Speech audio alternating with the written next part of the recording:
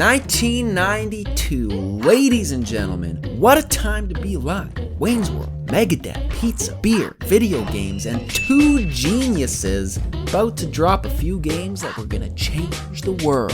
Wolfenstein, DOOM, Quake, inventing genres and then reinventing them all over again. Money, fame, Ferraris, mansions, legendary rock stars of the video game world. Life was good. But you don't want to hear about that. You came to hear about how it all went wrong. Fair enough. We gotta start from the top. 1967, Colorado Springs. Cute little baby boy John Romero made his way into the world, the pride of parents Ginny and Alfonso Romero. He lived a happy, middle American life, playing baseball at the park, stealing Miss Johnson's apple pie from the windowsill, and just doing a bunch of other childhood shit. Blah, blah, blah. Am I right? Let's get to the good bits. 1991, Shreveport, Louisiana, hot off a decade of making games and having really dope hair. Mr. John Romero slowly began crafting an elite squad of ultra-powerful level 20 wizard Tom Hall, Adrian Carmack, John Carmack, the man himself, and id Software was born. Easily one of the most influential game companies of the 90s, probably ever. Definitely the coolest. They dropped Wolfenstein 3D to start. The appetizer, the amuse-bouche, the finger food to get the palate wet, and coincidentally, they invented the first-person shooter. No big deal, just another day at the office, business as usual. It's not even like it's a big genre or anything. I mean, a couple people play it, but that's about it. People ate it up. Delicious. 10 out of 10. A medium rare steak with ice cold beer. They invented a genre, but as with any great game that a developer puts out, it's not too long before the crowds silently approach and ask, what's next? 1 year after Wolfenstein, inventing a new genre of video games, John Romero stepped to the stage, looking out over the sea of clamoring masses spread before him, and whispered softly into the microphone, Doom.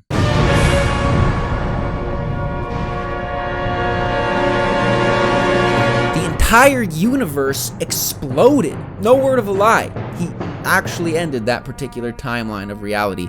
But thankfully, our timeline isn't a pussy timeline. I was actually able to withstand the force of such an amazingly important game that here we are, irrevocably changed by one of, if not the most important first-person shooters of all time.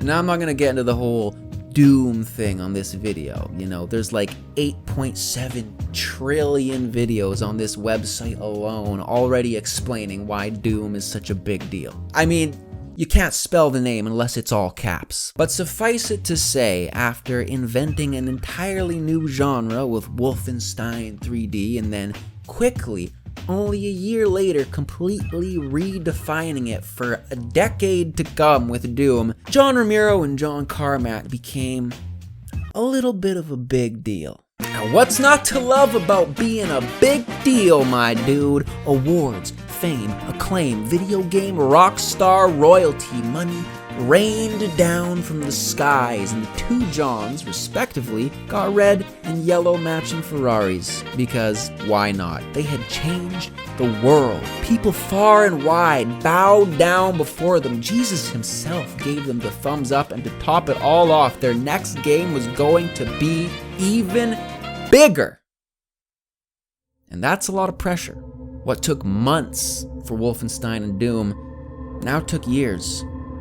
Inventing entirely new game engines from the ground up, redesigning themes, changing concepts, clashing endlessly over creative choices. On June 22nd, 1996, Quake was released. Personally, my favorite shooter. Critically acclaimed, as completely game-changing as everybody had hoped it would be, and also the downfall of the id Dream Team. The stress of development and creative differences on this final masterpiece were just too great. The group was split, and John Romero was gone. But that wasn't the end of old Johnny Boy, you know. For all intents and purposes, he still had a lot of weight behind his name. He was still considered by most people to be a legend, a video game rock star, and most of the world eagerly awaited whatever it was he was planning on doing next. And this, my friends, is the beginning of the end. John went on to start a new company, Ion Storm. Okay, fair enough. Every rockstar gets one free cool guy pass, I guess. And immediately after the formation of this company, he announced their brand new, soon-to-be-released, genre-defining first-person shooter, Daikatana, coming out in a year. That's a tight timeline. And to say that people were excited about this game would be an understatement. I mean, John and the boys were excited too, but oh boy, things did not turn out so great. Actually, a lot of things didn't turn out so great. Quite an extensive list. I've condensed it down here for easy listening, so let's just take a quick rundown of events. John, in full rockstar mode, purchased a $2 million Dallas, Texas skyscraper penthouse for the design studio. Very money savvy. Ping pong tables, arcade machine, gaming lounges. What could be better for productivity? John hired his soon-to-be girlfriend on as a designer because she beat him at a game of Quake Deathmatch. What more criteria do you need? John, in fact, hired only designers and no tech people because, in his words, Tetris has shitty tech but great design, and that's why it's good. A saying that might sound wise were it not for the fact that PC tech in the late 90s was improving at a rate faster than the speed of light. John's game was, in fact, competing with other games on the cutting edge of that tech. Games like Half-Life, Unreal, System Shock 2, Quake 2. In fact, John took the Quake 1 engine when he started to make his game, and halfway through development, Quake 2 came out and he liked it better. So he scrapped everything and started from scratch on the Quake 2 engine. Delay after delay after delay, the game wasn't coming out. People were starting to get antsy. Where is this banger you promised us, man? And to top it all off, Piece de Resistance, an advertisement for the clamoring and impatient masses to tide them over while waiting. John Romero is about to make you his bitch. People were not too stoked by this advertisement, to say the least. The only saving redemption that could help the video game rockstar now was to release a game that truly would make people his bitch. And on May 22nd, 2000, 3 years after it was supposed to come out, Daikatana was released. And it sucked.